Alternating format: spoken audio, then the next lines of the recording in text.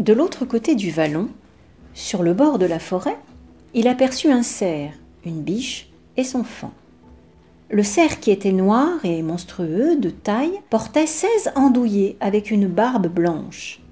La biche, blonde comme les feuilles mortes, broutait le gazon, et le faon, tacheté, sans l'interrompre dans sa marche, lui tétait la mamelle. L'arbalète, encore une fois, ronfla. Le faon, tout de suite, fut tué.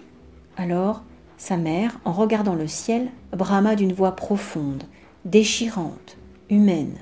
Julien, exaspéré, d'un coup en plein poitrail, l'étendit par terre. Le cerf l'avait vu, fit un bond. Julien lui envoya sa dernière flèche. Elle l'atteignit au front et y resta plantée. Le grand cerf n'eut pas l'air de la sentir. En enjambant par-dessus les morts, il avançait toujours, à les fondre sur lui, l'éventrer, et Julien reculait dans une épouvante indicible. Mais le prodigieux animal s'arrêta, et les yeux flamboyants, solennels comme un patriarche et comme un justicier, pendant qu'une cloche au loin tintait, il répéta 3 fois « Maudit, maudit, maudit !» Un jour, cœur féroce, tu assassineras ton père et ta mère. Il plia les genoux, ferma doucement ses paupières et mourut. Julien fut stupéfait, puis, accablé d'une fatigue soudaine et un dégoût, une tristesse immense l'envahit. Le front dans les 2 mains, il pleura pendant longtemps.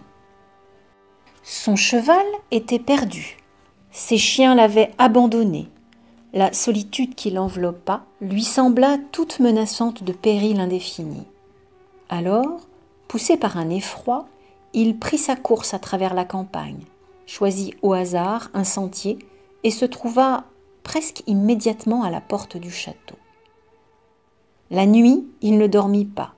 Sous le vacillement de la lampe suspendue, il revoyait toujours le grand cerf, noir. Sa prédiction l'obsédait. Il se débattait contre elle. « Non, non, non, je ne veux pas les tuer. » Puis, il pensait « Si, je le voulais pourtant. » Et il avait peur que le diable ne lui en inspirât l'envie.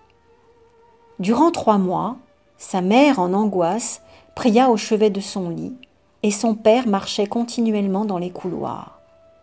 Il manda les maîtres mires, les plus fameux, lesquels ordonnèrent des quantités de drogue. Le mal de Julien, disait-il, avait pour cause un vent funeste ou un désir d'amour. Mais le jeune homme, à toutes les questions, secouait la tête.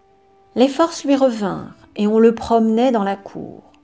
Le vieux moine et le bon seigneur le soutenant chacun par un bras.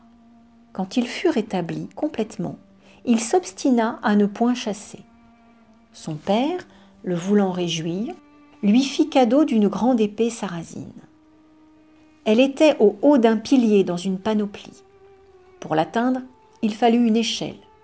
Julien y monta, mais l'épée trop lourde lui échappa des doigts et, en tombant, frôla le bon seigneur de si près que sa houppelande en fut coupée. Julien crut avoir tué son père et s'évanouit.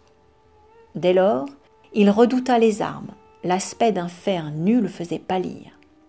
Cette faiblesse était une désolation pour sa famille. Enfin, le vieux moine, au nom de Dieu, de l'honneur et des ancêtres, lui commanda de reprendre ses exercices de gentilhomme.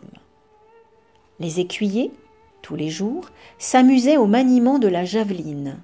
Julien y excella bien vite.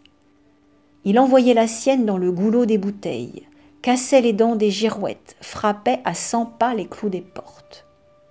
Un soir d'été, à l'heure où la brume rend les choses indistinctes, étant sous la treille du jardin, il aperçut, tout au fond, 2 ailes blanches qui voletaient à la hauteur de l'espalier. Il ne douta pas que ce ne fût une cigogne, et il lança son javelot. Un cri déchirant partit. C'était sa mère, dont le bonnet, à longue barbe, restait cloué contre le mur. Julien s'enfuit du château et ne reparut plus.